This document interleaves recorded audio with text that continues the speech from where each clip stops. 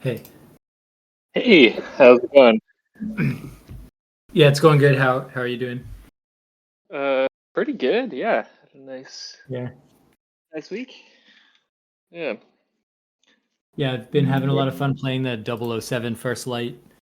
Oh yeah, I'm seeing on the Steam notifications. Uh, yeah. How far are you into it? I just got to the second deep dive stopping point, Oh, nice. which is like the end of the Nightfall mission. Maybe Cool. two-thirds, I guess. What's your impressions? I'm pretty impressed with it. The combat is like really fun, and there's a lot of like this. I think the story is really well done, and the combat is super fun, and there's a lot of like set piece moments where it kind of just like has you do something, uh, which typically I would find like restrictive, but I think it's just like a testament to how good the story is that uh like whenever it takes away my ability to do like the fun combat, I'm like not mad at all because I know it's delivering me something just like equally entertaining in even just like the cutscene story exposition or sort of like railroading me through like a certain area while characters like banter with each other. Uh, it's like a really good package of like cinematic game. That's cool. Yeah, yeah, I'm excited to. Yeah, I'm not sure if I'll play it or not. But yeah, regardless, excited to watch the deepest dive and just like Yeah. yeah, hear about the story because yeah, I've heard from a couple people, uh, like yourself, that it's quite good. Um, Mhm. yeah, and I feel Yeah, I like wish it would be cool if they could add that sort of combat to Hitman because that's really the replayability that I like is getting into a situation and sort of solving like a real-time puzzle while using different mechanics in the environment and stuff to like subdue enemies. It uh-huh. would be a fun combination. Or if they add some like they have sort of like a tactical simulator built in like instead of the main campaign to 007, there's like these one-off missions you can go on that are a little bit like challenges, but I don't know how many of those there's going to be. So I don't. But either way, it's a fun game to go through at least a couple times. Yeah, yeah, that's neat. Yeah, I think it's yeah, I feel like I keep making this vow is a strong word because I keep breaking it and wanting to break it, but uh, so sort of vow to not keep buying new games because I just have so many uh, games in my like Steam library. But yeah, this one I don't know. It's just enticing me for sure. It looks like just like something a little new. Um, I Yeah, haven't seen before. I feel like it's interesting because we have we have the intricate like way you can interact with the environment in Hitman, and then we have like the combat and the action and the set pieces of like a 007 or like a people say Uncharted or something, but I haven't played those games. And then you have like the open world of Grand Theft Auto. And I feel like at some point, if they made like the cinematic combat action of 007 in an open world like Grand Theft Auto with the level of sandbox interactivity of Hitman, that would be something really impressive. And I guess they will eventually once maybe they need a bit more like computing power and stuff.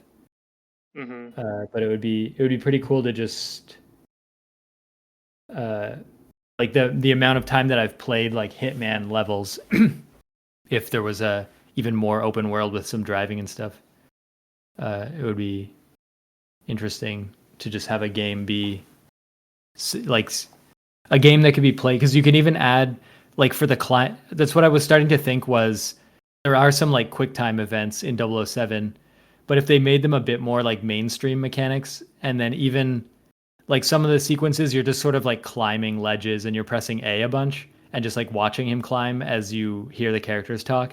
But if they made climbing something more challenging, like you could fail, you could fall the climbing, but if it was more like a very engaging, fun way to climb, we've seen some like rock climbing games now. So I feel like it would be interesting if every action was kind of fun. Just like there was never like if it's a climbing sequence, it's just as like do like pass or fail and engaging and exciting to sort of like climb a ledge as like obviously they've really put a lot of work into the combat, but if it felt like you're sort of like fighting the environment in a sense, like doing parkour, like an exciting parkour style game where it's just you climbing like a outside of a building or something alone, that would be pretty fun, like a pretty fun way to pack in like extra density and variety or something. Yeah, yeah. I do think uh like like traditional sort of ideas around pacing are uh like being somewhat disproven, or maybe just like audience expectation is changing or something, where like I feel like, I don't know, maybe like for storytelling it's like makes sense to have some downtime where people can just sort of like soak in like the dialogue and story It's a good beats. point. There's But definitely like a precise sequence that I'm thinking of where it's like very chill. It's two characters, they're just talking, and it's just like going through an environment, uh, and there's not really any threat. And that was one thing that I just went through. And some people, yeah, called it out as being kind of like slow, but I did feel it. Like it was sort of like, yeah, like this. There's really exciting action, and then now it's just this quiet moment between two characters that are like well built. Uh, so that's a good point. Uh, but I guess yeah, it's interesting to me though that it's sort of like uh yeah, it's fascinating because they could sort of do like quiet combat somehow. Like you could have enemies that are kind of fighting sparring with you but not really. Like you spar a little bit and then they kind of like walk away, or there's like a slower form of combat with a lot of dialogue.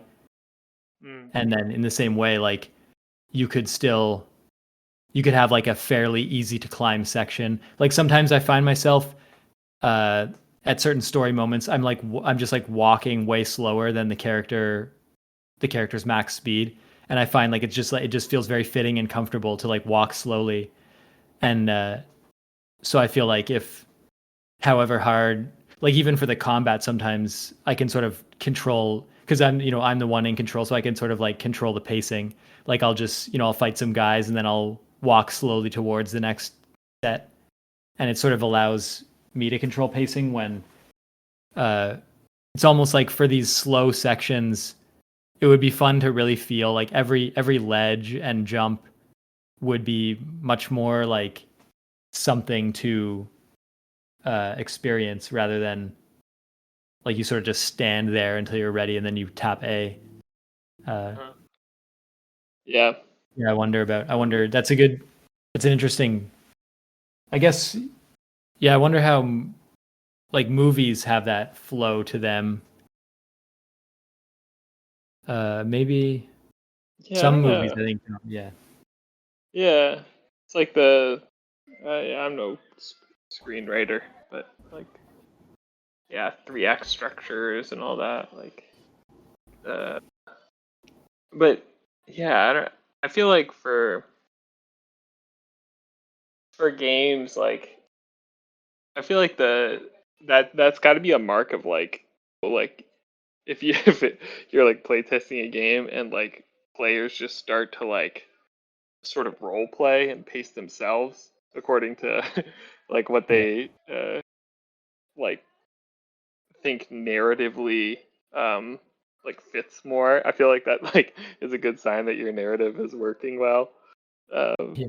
but then like providing like I think like those slow moments, like if something feels slow, where you want to have some challenge or more engagement, then that's like also um like a downside. Like just like it makes sense to, I think, in for a video game medium to provide that like most of the time. Like I feel like for most games, I don't know, like the like skippable cutscenes, or like fast forward, you know, or just like ways where people can sort of choose um, what to engage with. But yeah, maybe for some cinematic games that makes less sense. Where it's like people are just gonna miss. Like if you give people too much freedom, they're just gonna miss kind of the point of the game. Um, I don't know. Yeah, it's been cool seeing like the open aspect of the Hitman sandbox, and then because this is the same studio, how they don't give you quite the level of Hitman freedom. Like there's parts where you have several different routes, and they do a good job of really making you feel like uh, that you can sort of tackle things multiple ways, and you have like this freedom and creativity. It's pretty impressive though as well. Someone made the comment in the deepest dive that like whatever path you take often feels like that's the correct way or the only way to do it, and then you realize like there was multiple ways, and it's a That's neat cool. thing. Yeah, it's fun to see like the story just feels like, yeah, if you don't intentionally like kind of do something out of the ordinary and run into like an invisible wall, it just feels like there's no it feels like it's very easy to imagine there's no like borders, and that you're like in control, and you're sort of hearing little bits of information that lead you to the next clue, like in the environment. It's very like immersive in that way. That's awesome. Yeah, sounds like good, just good narrative design or good. uh, yeah, Hmm. to make a world like that sort of big and uh, with so much choice feel so seamless. Yeah. And have you seen the one sort of super innovation is like the training montage that people are talking about? Have you seen that? No, I still haven't watched it. I yeah, I remember. Or yeah, I watched the. I think maybe you mentioned it last week, and then I listened to the Min Max episode sometime after that, Yeah. and I think they mentioned it as being a standout. Um, Yeah, it's kind of funny because even when I watched like Leo play through it on stream, it didn't like it looks so much like a edited movie montage that I think my brain almost just assumed, like even though I was watching like a live unedited Twitch stream, my brain kind of like clicked into like, oh, that makes sense. Like this is an edited video or something, and it's skipping between training sequence. But then when I like played it myself, and it sort of jumps like seamlessly to the next sequence, it was sort of like, oh yeah, like this is a video game, and I'm playing a video game right now. And but uh, it's like it's like very your mind like kind of if your brain is like subconsciously really feels like it's watching a movie, and then you look down and you're like holding a controller, and you're like, oh yeah, that like, but that edit like that's never been that tight of an edit or like cutscene transition to like me and back in control. It was a weird like it's really a weird like blending where it just is like a strange sensation of toggling back and forth between like game and movie feeling. yeah, that's sweet. Yeah, I feel like and maybe I mentioned this at some point before, but like reminds me of like one time I was just reading online like this uh like some comic, and it like suddenly turned into like one like I turned the page and it was just like a very simple animation, and it was just Oh, like mind blowing, like like to yeah. just like switch mediums like that. But and it was like I didn't like even register like what I was looking at for a second, because it was just like I didn't even know like whatever web viewer I was like could do that. Um, Yeah.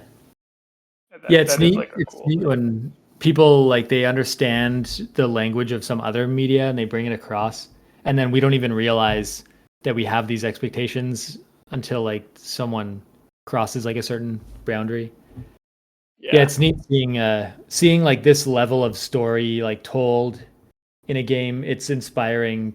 You know, it makes me feel like very confident that it's like games have the tools to tell like very important stories, and then it's fun. It's the fun challenge of like the next time I make a game, can I add like more sort of like supporting story and just have some action, some walking around, and kind of give the character like a story. It's kind of a pleasant way to, yeah, I really like just I love like walking around an environment and kind of just feeling like the world is very real, and then the next like action sequence feels a lot more interesting because it's supported by like a story as well. Mm, yeah. Yeah. That's sweet. Oh, I don't, yeah, maybe I'll buy this game. It does sound really good. Yeah, it's Uh, weird that like games are so expensive. Uh and I don't know yeah. what's how to think about that because it's sort of like it is like like we're kind of like training our mind and taking part in like a discourse and participating in like a community, and there's just like a fee associated with that. And I guess I don't know how high that is relative to other things, like people who watch like one or two movies a week or buy a lot of shows or music or something. Games are just like another like price, a fee to enter the content realm, and it feels pretty high. And I Yeah. guess Yeah. the problem For is the like current stuff, yeah, I for guess the sure. thing is like it's like if we just bought a game, we would get the value out of it over time. But the problem is they keep releasing like this game. If somebody had like a couple games in their queue that they paid for and like didn't have time to get to, and then this one releases, it's sort of like another fee. But now it's sort of like it's preventing you from going back and getting like the full value out of those other things you bought because this one's now taking up the time. So I guess that's the issue is like games, yeah, you got to pay so much for a game, but the value is there because of the length of time. The only problem is you don't get to enjoy it for that length of time because another game comes out which has another fee, and then you're just paying like $80 a week to play, as much as you can, but nobody ever has that much time. Yeah, totally. Yeah, it's like I feel like I really like um I don't know, maybe I don't know why my brain's wired like this, but for games in particular, like I like playing the games that are more current, because it's like then I can like I don't know like hear all the people talk about it and like have opinions about it and like potentially talk about it to like friends that maybe play games. So I don't have like a ton of friends that play video games, but yeah, I don't know. Like whereas if I play like an older game, it's like I don't know, like yeah, I but I don't have that with like movies or books really. I'm just like, oh, this is just feels like more of a personal like I don't feel that as much of a need to talk about it with somebody um to Yeah. like get a lot out of it. I don't know why that is, but yeah. Yeah, this one was pretty unique in that they like I had liked Hitman a lot, and then I saw like the excitement around it, and the Deepest Dive was a huge part of it. Like I'm constantly in the Deepest Dive channel on MinMax, and I feel like it's very fun to be right. The pacing, especially like everyone's stopping kind of at the same part. The comments are very Yeah. relevant to like what I've just played. Yeah, that's fun. Did you submit some like comments or questions on the thing? Yeah, they read my comment on the first Deepest Dive episode. Oh, nice. I guess they read mostly basically everyone's comment.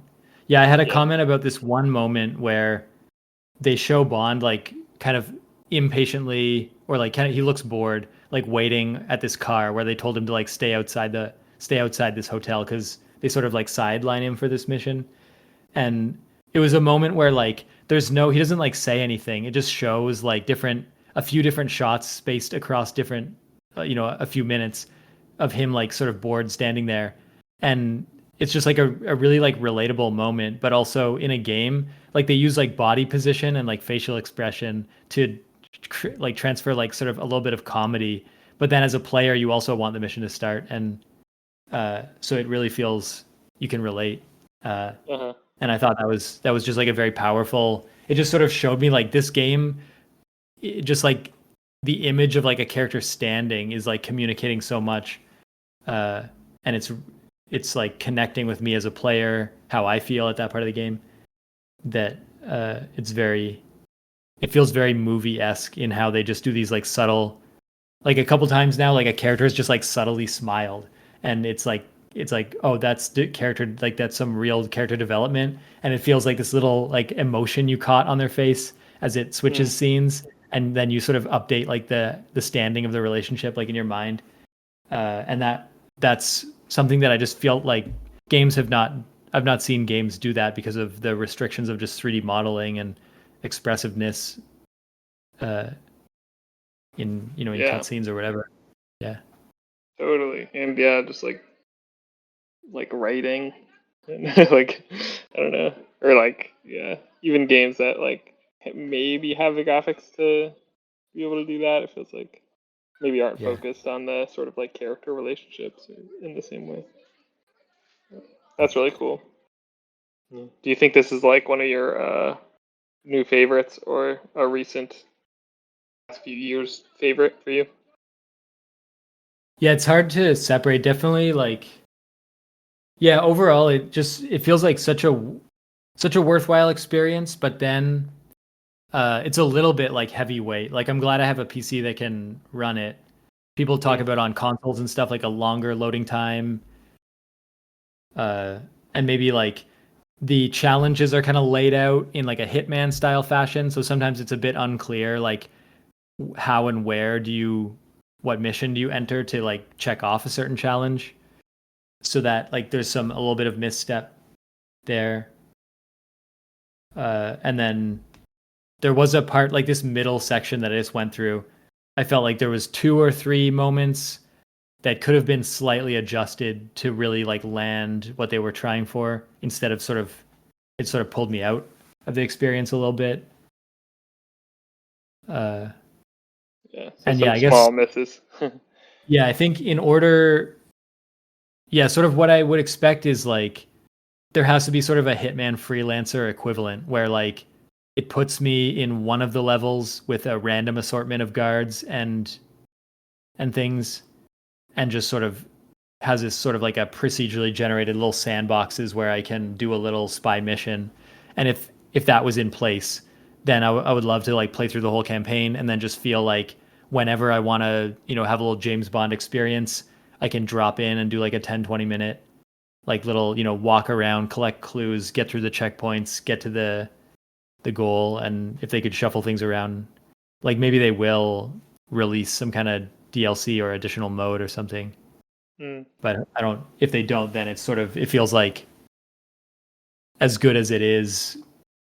It feels, yeah. It's sort of like a movie. It's like an extended movie sort of experience, and then you're sort of I guess it leaves you like wanting more, and then that sort of makes me feel like but I've seen this studio, they can kind of deliver like an infinite experience with like Hitman, so then it makes you question like if they just could have added that to this, it could have been like a Hitman level game where you're just sort of going back to it all the time. mm, yeah, yeah, that's interesting.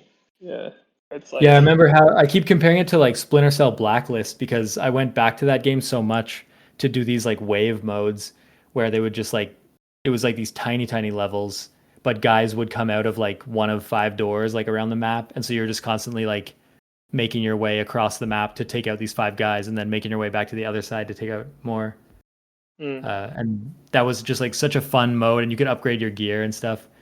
Uh, And so yeah, if this game had something like that, like you go collect a little data card from one side, then they tell you, okay, now there's another one on the other side, and you got to go through like the level in a different way.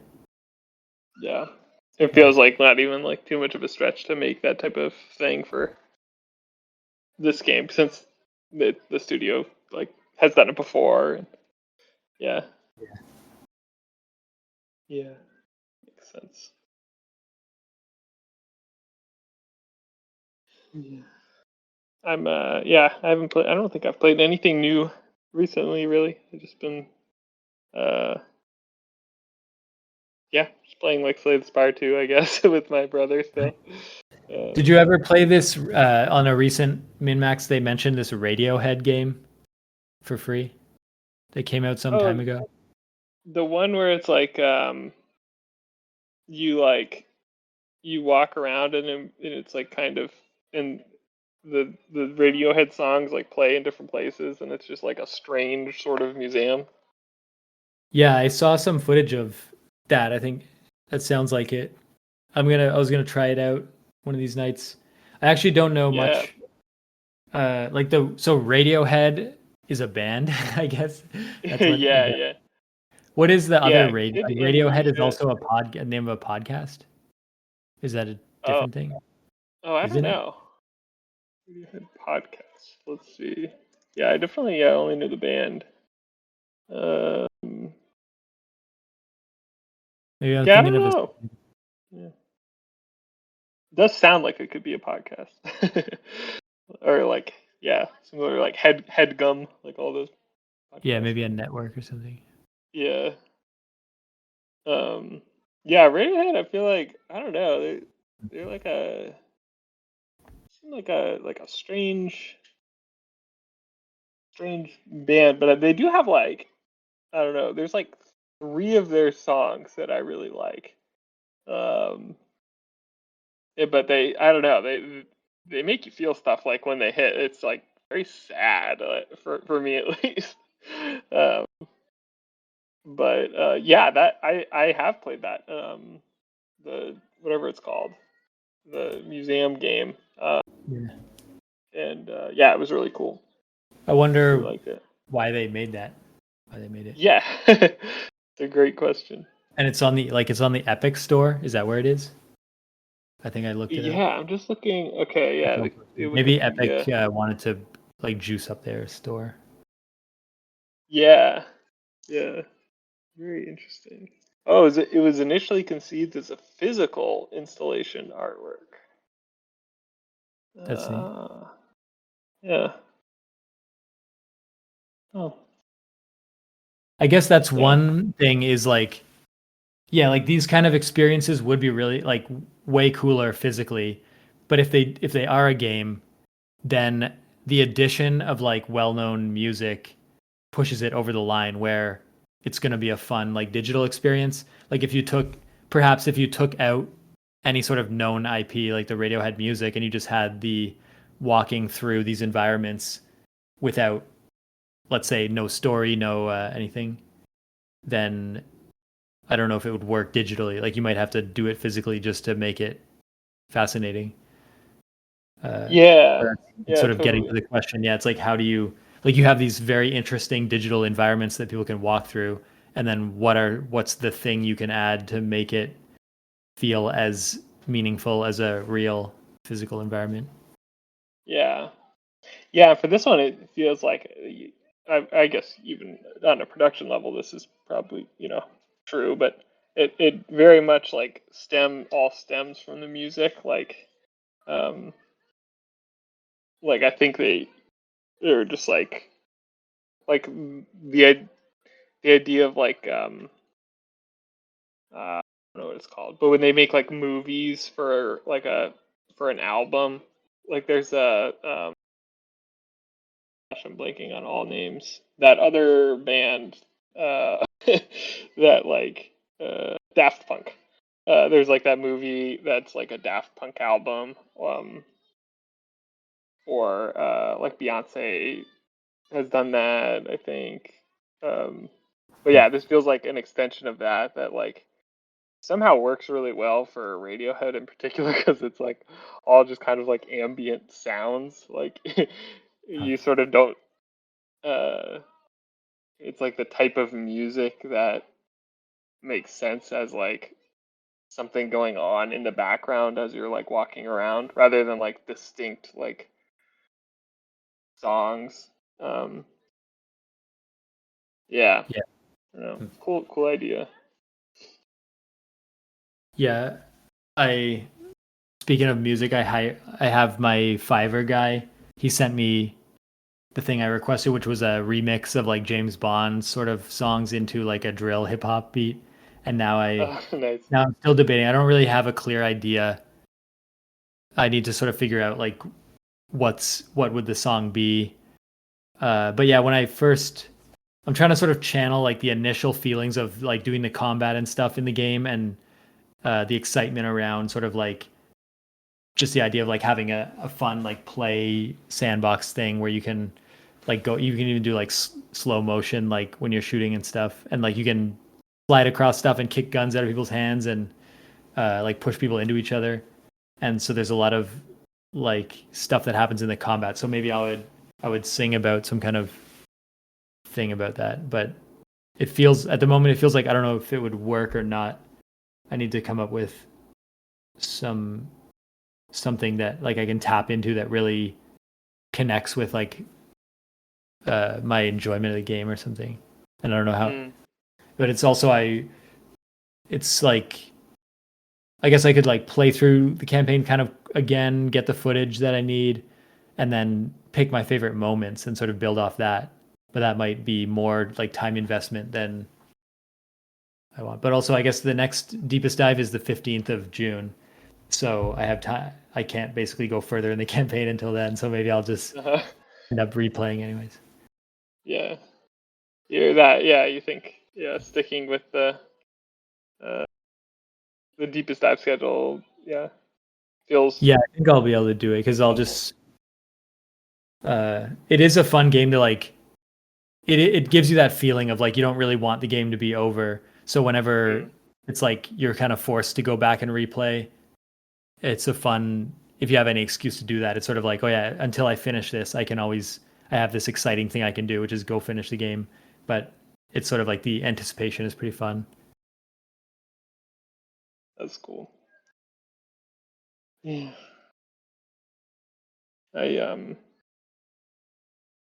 uh yeah. The one world I am not excited to leave is I don't know if I mentioned this last week. This show Widow's Bay on Apple TV.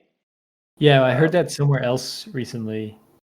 mm, yeah, Hmm. I'm a fan. I think it's I really just like I'm like this. I don't know the it's never been more clear to me the like blurred line between comedy and horror. Um, where somehow this is it's just like the funniest show to me um, because of how it like manages tension um, and like it is supposed to be funny but it's also supposed to be horror and it's like it's also playing with tropes and stuff but um, yeah I just think it's so brilliant and just kind of like a bit of a surrealist masterpiece so far, at least. I don't know how the story's uh, gonna hit in the end. Um, but yeah, I feel like the little world they've constructed just on this island is uh, incredibly compelling. Like I am fascinated how um, just in like short vignettes it feels like a yeah just the tiny world building I think is quite good for a show that where that like isn't really the focus. It's just like it's supposed to be funny and horror. But yeah, I'm slowly almost blasting my way through that show. So would recommend if any of that is appealing. Yeah, it sounds pretty cool. Yeah, I'll try to check it out at some point.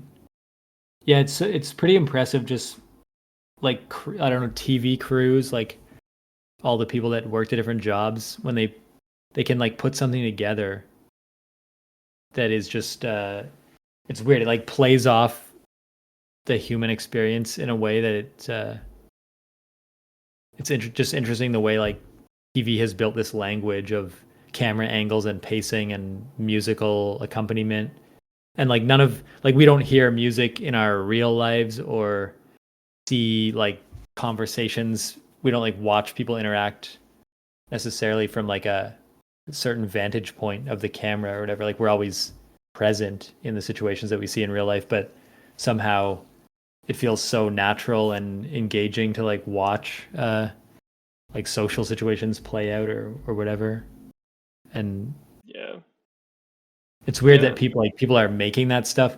It's strange to not have like more of like a hard scientific discussion about how to pursue that completely. And then like you see like bad shows and stuff get made, and it's kind of disappointing that it just feels like we should all be like helping each other make better shows, like for our own sake. Like who would Yeah. it's like who does it serve if we don't perfect the art of like telling ourselves like stories or something?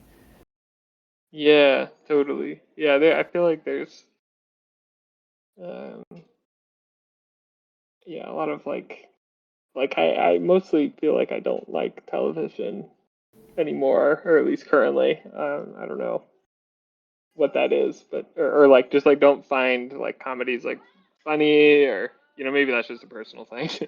um but yeah, this one, yeah, I feel like it's so playful and like including like the camera angles. It's just like every little choice it feels like you can feel the artistry of it. Uh, Yeah. where it's like, yeah, I I know this is a show, and it's just like it's so funny that it exists this way. Like even though I can sort of see through the fourth wall of it, the like the playfulness of the like the horror tension, like um it just feels very intentional, I guess. Yeah. And yeah, the camera work is so. There's this one scene that just got me so good, where like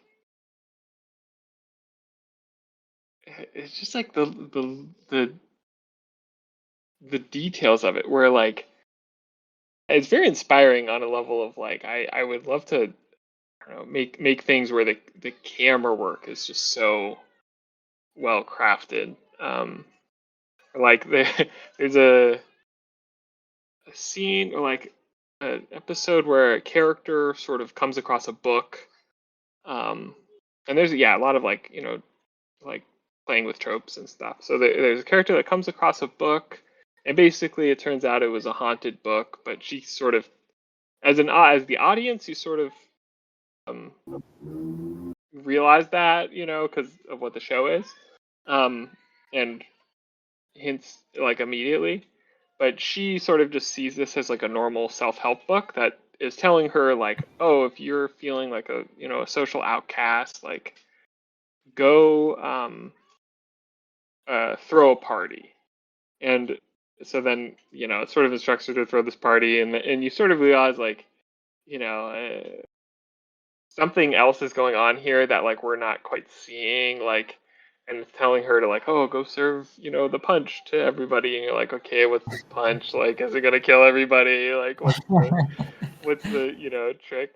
And then it's like everybody's like, and people sort of like don't really like her, they think she's kind of weird for different reasons, but then people are like, at this party are like really like enjoying themselves and start to really like her, and everybody's dancing, and like, things are going really well all of a sudden. Um, and then the camera, it like just goes, like, everybody's sort of in a circle around her, dancing, and she's like in the middle of the circle, like doing moves. And it goes, and everybody's like happy, dancing. And then as it's going around the circle, it like goes behind somebody dancing, so you kind of can't see anything for like half a second. And then it goes the next half a second, and it shows it, and it's just, you can see briefly what is actually happening, and it's like everybody standing perfectly still with their jaws like unnaturally like low, like just looking like completely like dumb face, and like and like just adored, and like, I don't know, like pagan ritual stuff, and then it like quickly it's just like half a second, like, and then it goes, and then everybody's dancing again. And it's, I don't know, I feel like that type of like just that quick moment, like I feel like I was like audibly laughing in a way that like shows just like can never do for me. Yeah, I don't know. It's really, Yeah, yeah, I feel I don't know why that's it's a. It's fun to think like I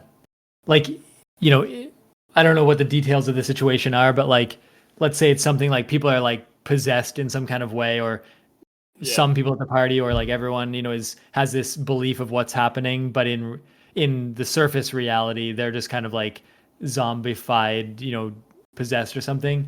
Yeah. It's funny that the way they sort of communicate that feeling that like something is off like beneath the surface is by giving you like a quick glimpse, which would sort of be like if you were in that situation in reality, maybe you would be like having fun at the party, but like deep inside you for like a split second you might feel a little like uneasiness Mm, knowing that like something is off about what's happening. And they sort of communicate that to the viewer by giving you like that quick like visual glimpse of something different than what everything else would suggest. And then yeah, and then the show, like, it sounds like the show does a good job of giving you that a lot, like what you see happening is not what we feel, and there's like a disconnect between what's on screen and what we feel. And uh yeah, I sometimes I do find that that stuff is like really hilarious when it does that mismatch of emotion, and you just feel like everything they're showing me, I'm like seeing it differently because of how they've like set me on this alternate course where my how they know I'm feeling, how they know they're making me feel is not what I'm seeing on screen, and so you feel like you're in on the joke almost. Uh, yes. Yeah. yeah, and they keep like heightening that. Yeah. Totally. Yeah. The in on the joke thing is very real, but it's not in the. But it's somehow. Yeah. But it's somehow like you're still like, I don't know exactly what they're gonna do with this. Yeah. Like, yeah. It's good. Yeah. Yeah. It's the same. I think that one of the directors is also directed a lot of shows for. Do you ever see that show, Atlanta, I with don't think so. Donald Glover and Huh. yeah, I quite liked it. It's like, yeah, just like another, like, it turns into this like surrealist like exploration of like race and like, I don't know, just kind of like everything. Like it sort of starts in this very grounded place of just like, yeah, uh like life in Atlanta for this rapper, and like trying to come up through the rap scene, and then it just like it just gets incredibly surreal as it goes, and I could definitely see the how it's like, yeah, I was like, okay, it sort of makes sense that there's some joint influence here, like with the, Hmm. I don't know, the surrealism and the camera work, and uh, yeah, I Yeah, like it's that. fun to have it's just interesting like I guess this is like the best of the best. Like they get lucky with the budget and the talent, and everything comes together to make like the best shows that humanity can offer. And Mm. then I guess it's true. Like even I watched the Backrooms like recently, and Oh, I how'd you felt like like I it? could sort of yeah, I felt I'm definitely like very into the concept of the Backrooms, and I like the online shorts and stuff. The movie I felt didn't it didn't like it just kind of took a different direction. It was a bit more like horror and Mm. less like exploration or less like intellectual, stimulation and more just like a little bit unnerving and scary and yeah, too much in the horror because I don't really like horror movies. So when Yeah. they I don't really understand how to like get stuff out of them. Uh and also I guess you could sort of see like I guess the director's like 20 years old and the budget was a million ish. So you can sort of feel Wow. like that the limit, they couldn't like I'm sure with like a larger budget and a bit more experience, that same director would really deliver something. But Mm. I guess it was sort of like, the demands of to get, to make something that's like a 2 hour movie and to get it in theaters and direct actors and have work with like a much smaller budget than movies are used to having results in like not not the most like not the full experience that like the back rooms have to offer or something. Uh, but like that, all that to be said, that like I feel like for me and you, like we're working with like zero budget. Like we make games and we try to do like Doc Lightning videos, but it's sort of like just us with no budget and like a 3 minute thing or a short game, Mm-hmm. and it's sort of like sometimes it feels like if we pick like the right idea or we stumble on the right idea, it could be like very profound. But then also you sort of know like the upper limit is uh like it'll never be as grand or something as these shows that are like really the best in the business. But then I feel like it's very inspiring though to be delivered like a couple seasons of a show or like a whole video game that is just like so powerfully well crafted. And then you sort of think like, if I just like sort of learn from some of those ideas and pack them down into like 3 minutes or a short indie game, then it just feels like how could it not be interesting by like even just parroting like what they've sort of discovered in these bigger titles.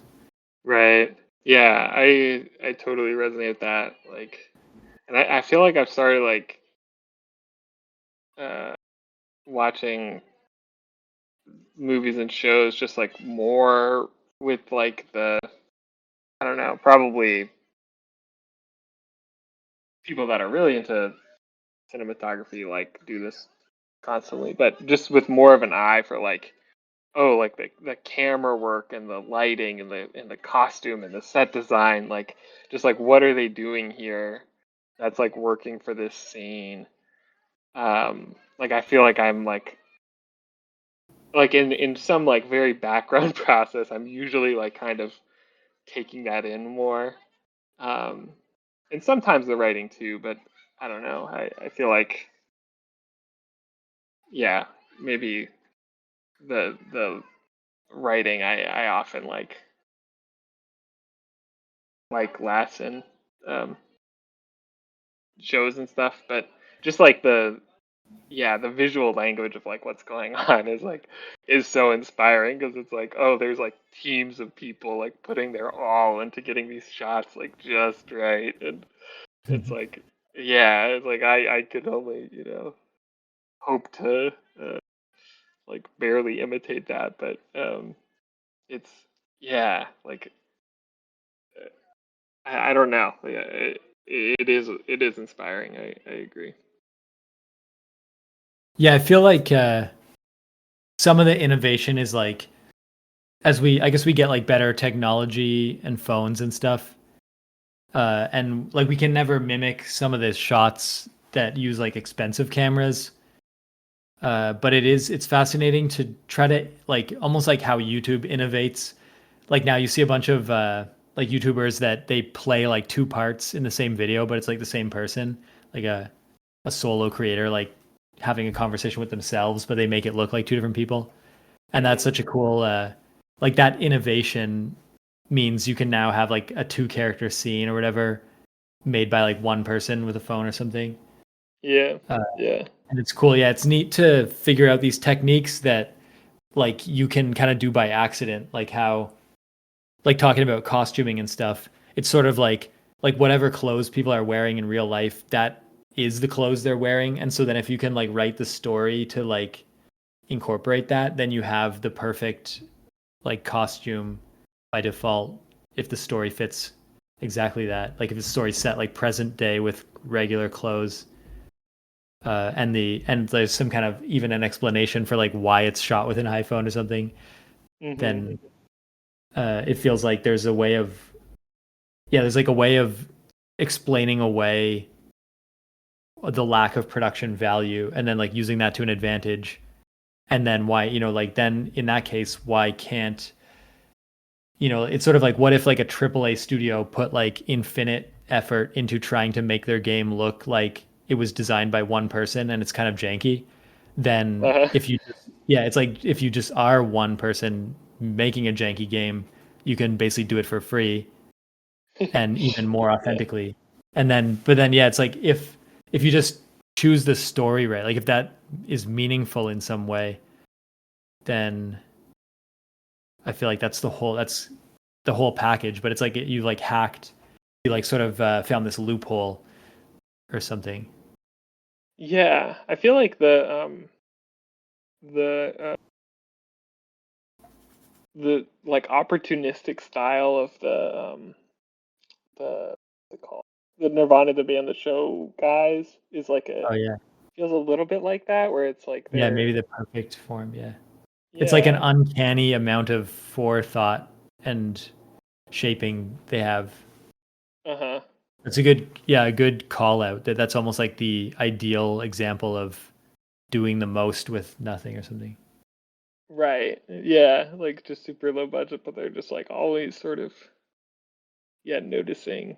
I think about also about like there's this guy, YouTube guy, I forget his name, but he um sometimes it's just him, but like also sometimes he has like friends play characters, but he'll um he'll just do these skits that are like um oh, I think they do a lot of different types of skits, but the ones that I know that are maybe the most popular are like from NBA players, and they'll just make it like super topical. So it'll be like the morning after like some big playoff game, they'll like have a skit ready that sort of plays on like what happened in that game, and it can be like so low production value, like it's guys playing multiple characters, and like they just sort of like put the names of who they are supposed to be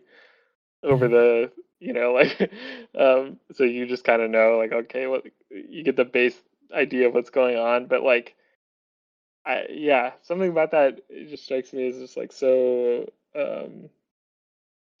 I know, just like smart, or it's like I think they're just like they could. I don't know if they do shoot it on the phone, but like they totally could, and they and it's not that it's just that it's like viral and popular and stuff. It's like it's really good and it's like really funny, like Yeah, um, and yeah, then part that's a of it is good just how example. quick it is.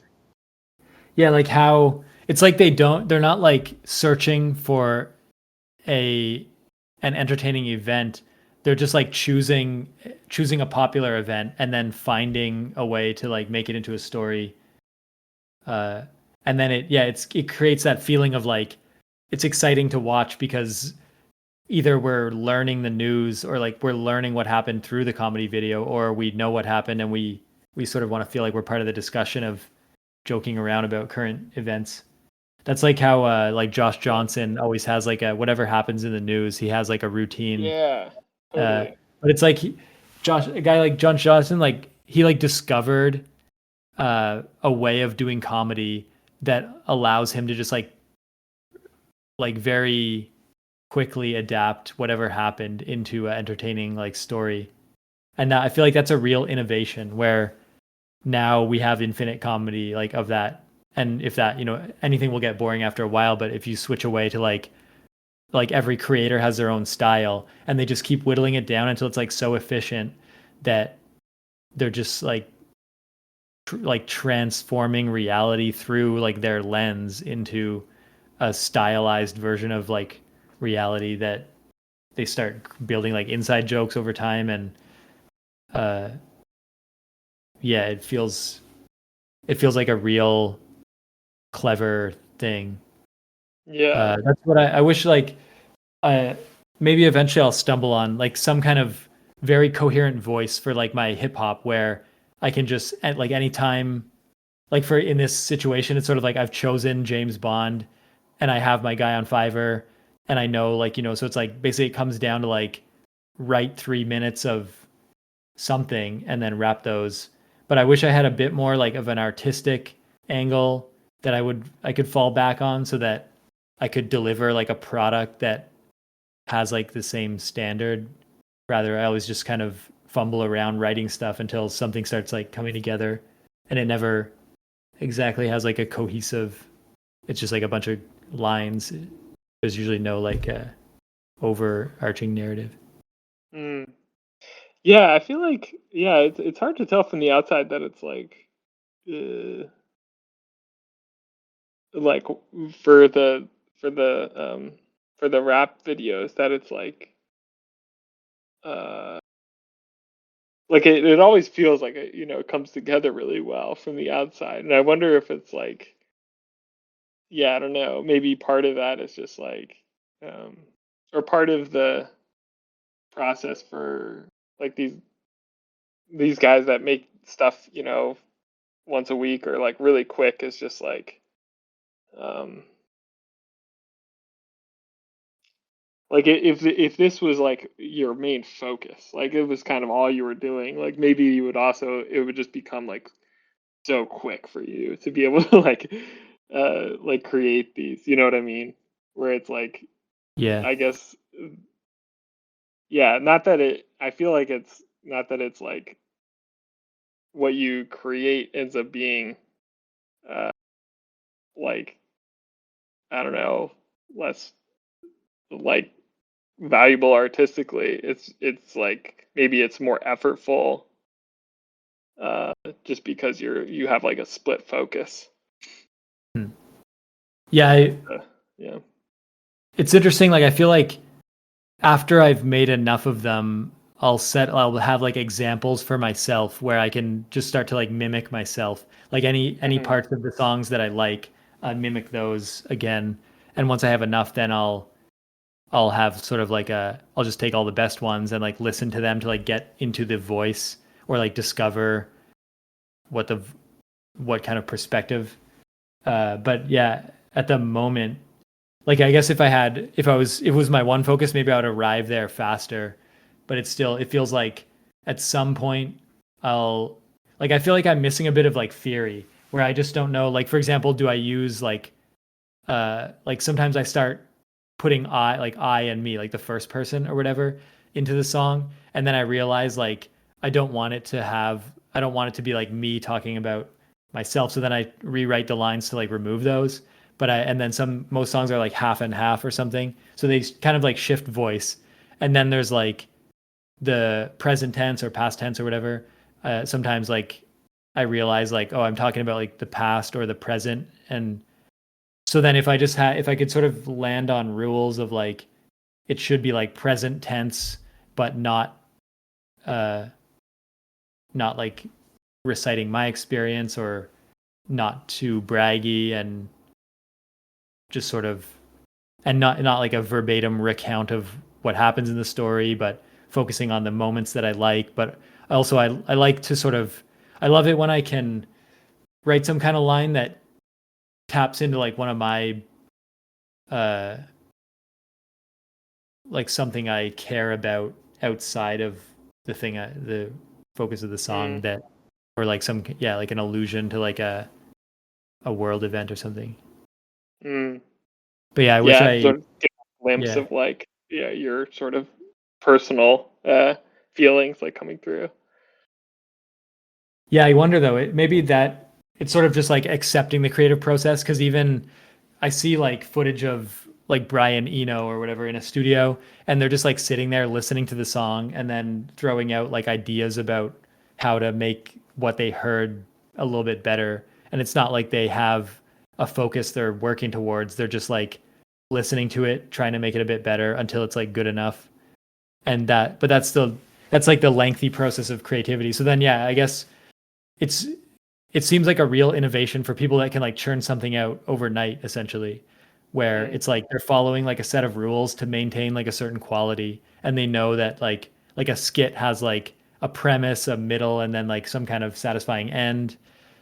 Most like songs have a hook, but that's the big thing here is I'm trying to avoid any sort of like having a hook in order to make the song feel complete. I just want like, so then I struggle as well, like how to begin it, how to end it, because I don't begin the songs with like a premise, and I don't end with some kind of conclusion, and there's no like recurring chorus.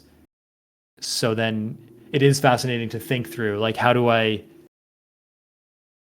like what needs to be said, and why, the viewer, like, uh it is just very interesting. Yeah, I guess it's interesting thinking like a lot of people are familiar with 007. So anything I say about 007, if someone is listening to the song and they've played it, it'll remind them of the game. And that alone could be kind of fun, just reminding them or making little jokes or something about stuff that happens in the game, which they will be recently familiar with. That's kind of interesting. Yeah, just like points of reference for people. But yeah, I feel like maybe there's something to the Brian Eno thing you mentioned, just like sort of trust your gut and yeah, like okay, how could this be better? Like what does my intuition say? And then just sort of Yeah. continuing that. Maybe that for certain types of art that works. Yeah. I think the fun part of the process is having like all the lines written out and sort of going over it, or like trying to rap it, and there's like lines that I'll stumble on or that sound weird, and it's pretty fun to try to like rewrite a line or just delete it completely, because you can sort of sense like which lines are the strong ones and the weak ones, and that part's fun, where once you've removed like all the bad lines, then you feel like, okay, I'm happy with all the lines. Now we just have to do like a performance or something. Yeah. Yeah. That's cool. Yeah, I respect the writing ability to just like come up with all of those all those rhymes, and yeah, and then the actual execution of it is also impressive. Yeah, I still don't exactly know what I'm tapping into with all that, or whether I'm cheating somehow. Like, so somehow it's maybe just, I think that's the cheat code that I stumbled on, is it's easier than people think to just think of any rhyming word and then like pull in a second sentence. Like, and the trick is like, if no sentence really has to relate to like the next sentence or the next verse or whatever, then you sort of, you have a lot of less constraint. You just have to make every two things rhyme, and you sort of already know, like, sometimes it's difficult to like come up with a second thing to say, but if you know what the ending word is, it makes it easier to think. And so that's kind of it's like a fun way to lightly prompt the writing process. It kind of makes it easier to like write something out. Yeah, it's interesting. Just like the constraint of rhymes, like sort of Yeah. can be generative. Yeah. Yeah. Well, yeah, Cool. I'll Well, at some point I'll check out Atlanta and Widow's Bay. Maybe I'll check out the first episodes or something to get a feel for them. oh yeah, yeah. If you do, let me know what you think. Yeah, the Atlanta in particular is like very uh,